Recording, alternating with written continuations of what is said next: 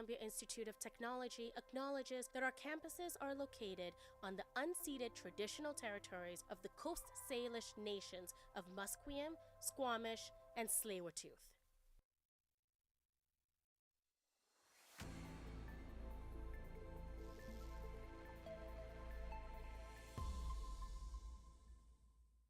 Good morning, my name is Thomas Adams, and here are your sports headlines to 10:30.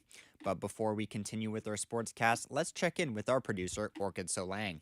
So, Orchid, what stories are our reporters chasing today?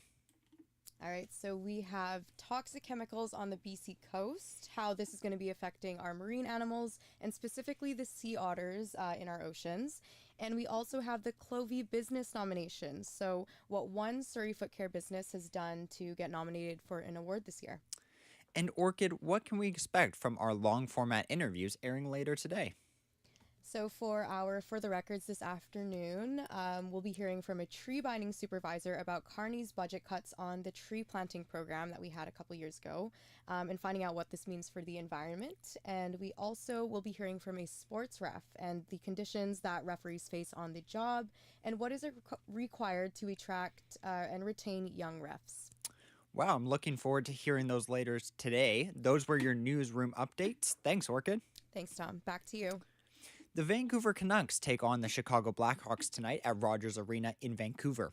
Vancouver-born Connor Bedard will be coming to play his third game in his hometown against the Canucks. Although the Vancouver native was drafted first overall, he has yet to show up for his fans in town, still searching for his first career point at Rogers Arena.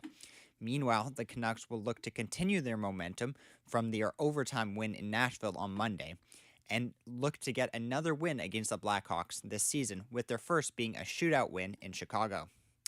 Bieber fans rejoice, and no, I don't mean Justin. Right-handed pitcher Shane Bieber will return to the Toronto Blue Jays next season.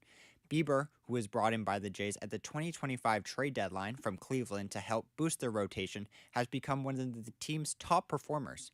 Bieber, who was coming off Tommy John surgery with Cleveland, ended up making 7 regular season starts for the team, posting a 3.57 earned run average with a record of 4-2. Bieber continued to pitch well in the playoffs, holding a 2-1 record, including a win against the Los Angeles Dodgers in LA. However, he did give up the game-winning home run to Will Smith in Game 7 of the World Series.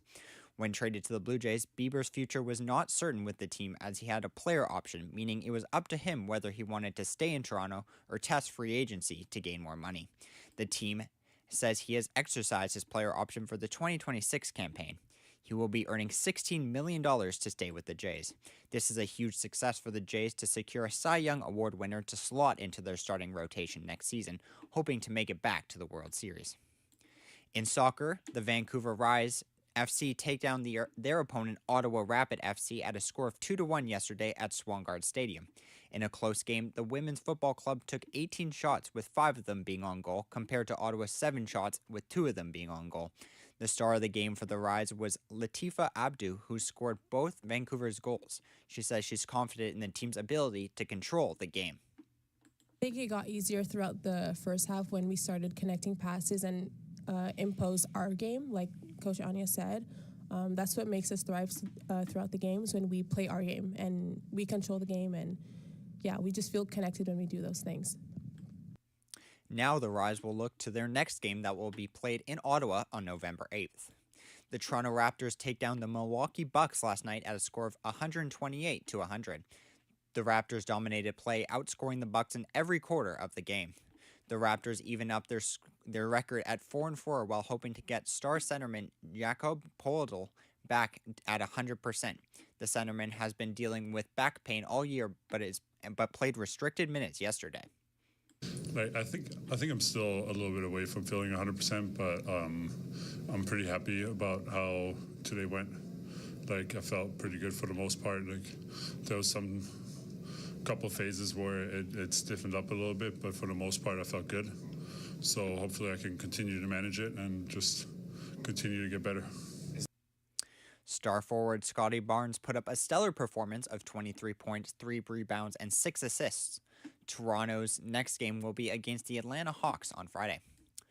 FIFA is coming to town, and they have announced the creation of a Peace Prize, which plans to award the first at the time the World Cup draw December 5th. Thank you for tuning into your sports headlines at 10:30. I'm Thomas Adams. Have a great rest of your day.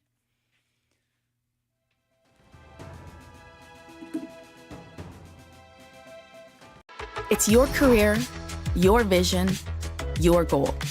Navigate it your way. Flexible learning is designed for you. Learn a new skill or earn a degree at your own pace. BCIT, flexible learning for a complex world.